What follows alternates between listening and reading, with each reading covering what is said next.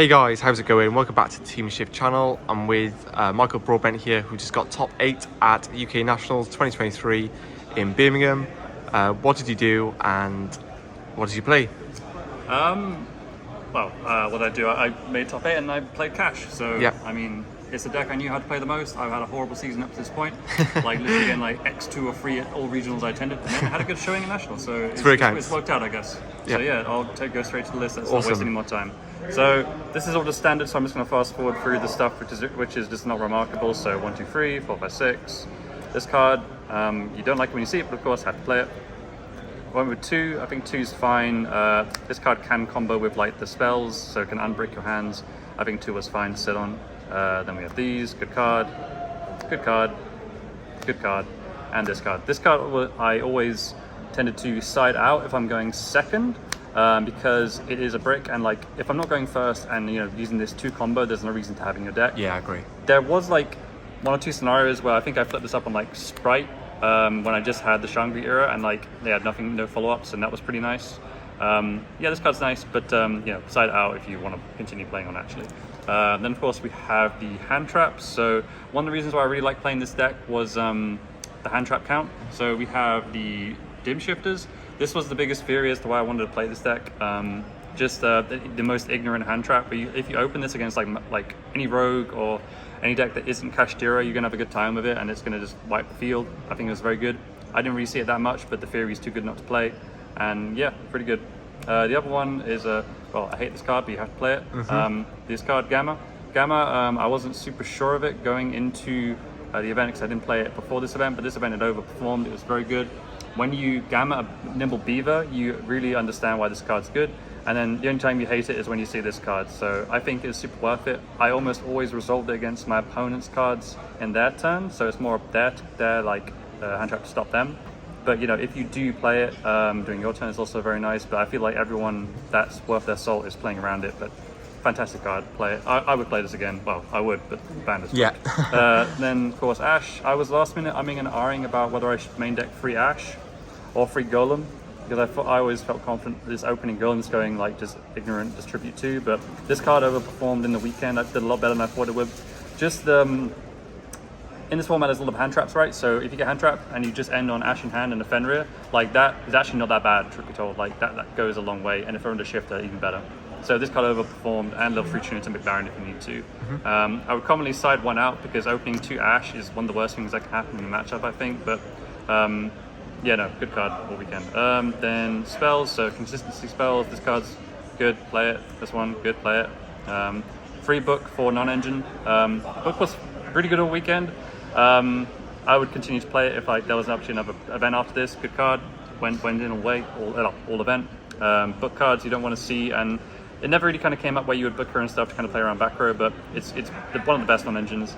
We played 2 econ in the main. This card, the theory is good. It didn't really come up, unfortunately. I think like it's more or less a good tool to use against every deck, and yeah, really good against meta decks pretty much, except like, I don't know, maybe like a super heavy. But beyond that, it's a very good card in theory. And then we played Tants. This card overperformed all weekend. And then people will probably say, why didn't you play free? But you want to draw it some of the time, not all the time, as per Fafa. I understand, but opening 2 tactics is horrible, and tactics, whenever you activate draw 2 when you play free, you'll always draw another tactics. I find it's a terrible theory, but it happens, and everyone who plays this card and understands that. This card overperformed all weekend because hand ripping was really good. So was stealing an Xyz monster and then just Zeusing them back or something like that. This was very good. I think almost everyone in Top Cut played this card to some extent, very strong. And that was the main deck, a clean 40 cards. Clean 40. Clean 40. Yep. Extra or side?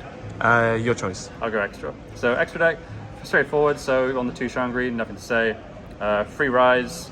I was still on free because I wasn't secure playing 2, because if I summon 1 or if I ever make double Rise, I lose in the mirror match. So I was confident on free. Free was fine. I don't think the third ever came up, so I mean, I'd rather the security, because if you use 1, then they just like unicorn the other, and then they win the game because you can't summon this.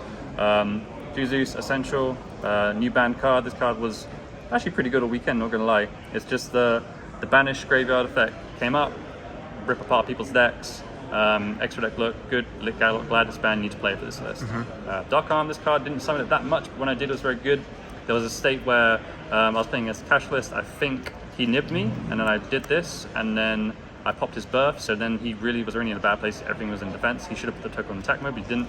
So this card's really good. Play it. You'll really understand why it's really good if the more you play. One big guy. I didn't really feel I needed two. Never needed two. Enough said. I don't even think I actually ever really used this card. Great in theory, but it didn't come up. And then the non-traditional cards. So Jonah, never used it. Like the theory, I would continue playing it. Goliath. So and Fossil Warrior Skull Knight for the prosperity targets. Skull Knight was good all weekend. This never came up. This only ever really comes up in like Runic and very niche matchups against like Gamma. Using this to kind of resolve to kind of get fast Gamma is really nice, but they didn't really come up. But I would continue playing these cards. They're really good. There was a situation where I think I learned this from Cotton. You banish your opponent's Goliath and you just attach it to yours for your rise. That was pretty good. They did that once, but it wasn't really relevant. But it's just a cool play. And the last two cards in the extra are Omega and Baron. Omega because it never came up. I almost never gammed during my turn, but when you do make this, rip another card, you just kind of commit to winning the game, assuming they don't have like impermanence. If you don't have impermanence, you win the game like on the spot if that happens. This is why you need to play this, but you know, that never really happened. And Baron came up once or twice, and it was really good whenever I had it because it would just kind of snow roll the game for me. This helped me win a match against Furniture Lab, where the game state was down to nothing, and I just summoned this. And then I just kind of kept pushing and popping cards, and this card adds so much value over a long form game.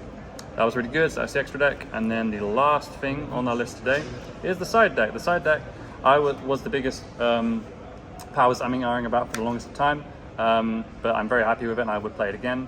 Free Golem, these cards were insane all weekend. Nothing much to say, very simple, just tribute 2. You almost never ever care about losing your normal summons, so 2 seems to be the good number for this event. And I feel as if this card is probably perfectly tuned for cash, because if you play the mirror match for whatever reason and you just summon on their board and you put yourself to defense, this guy will trigger all your effects during the standby phase. So you just get to keep ripping cards from them and just triggering your effects, and that can add up. And then they can, of course, if they don't have birth, they can't summon. So you could just sit all you guys in defense mode and then they just sit on a golem, and that happened like a couple times. This card is like insane, like all day. Then we have Droll. Very rarely did I put it in. I didn't play any super heavy samurai throughout all my rounds of the Swiss and Top Cup. It was in for them, but it would go in against other stuff. It would go in against Rika, which I just got whacked by on stream. But beyond that, like this card really didn't see much play. I'm not going to play it in the mirror. I don't think it's worth getting tactics, especially when you need like one starter in your hand. If they're going to get hand trapped, it's going to be an effective Ash or it's going to be a Gamma. It's not going to be this.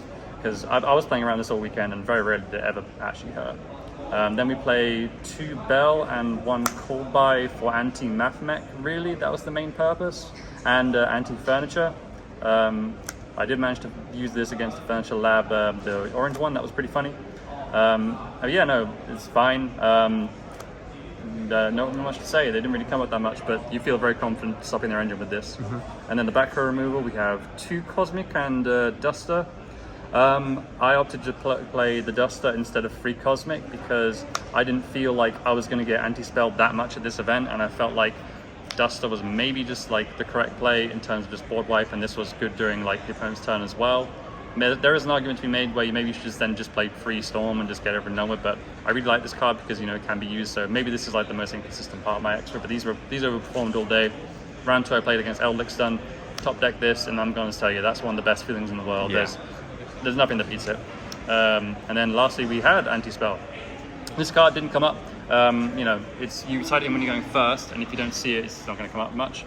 Not much to say beyond that. I think I saw against Sprite, but when I flipped it, he played Econ, Ashtat, second Econ, so I was like, oh great, this card's meaningless now, it's awesome. So maybe this should have been summon limit. This probably, I would say if you do change it, I would probably change the summon limit, because summon limit just affects everyone else, and you can just summon 2 good big cash monsters for your 2 summons a turn, and you will roll more advantage. Everyone needs to summon like 3 times to do anything, so these really probably should have been summon limit, but I also like the fact that this stops engine and tactics, so then you can just hand trap freely and you don't care.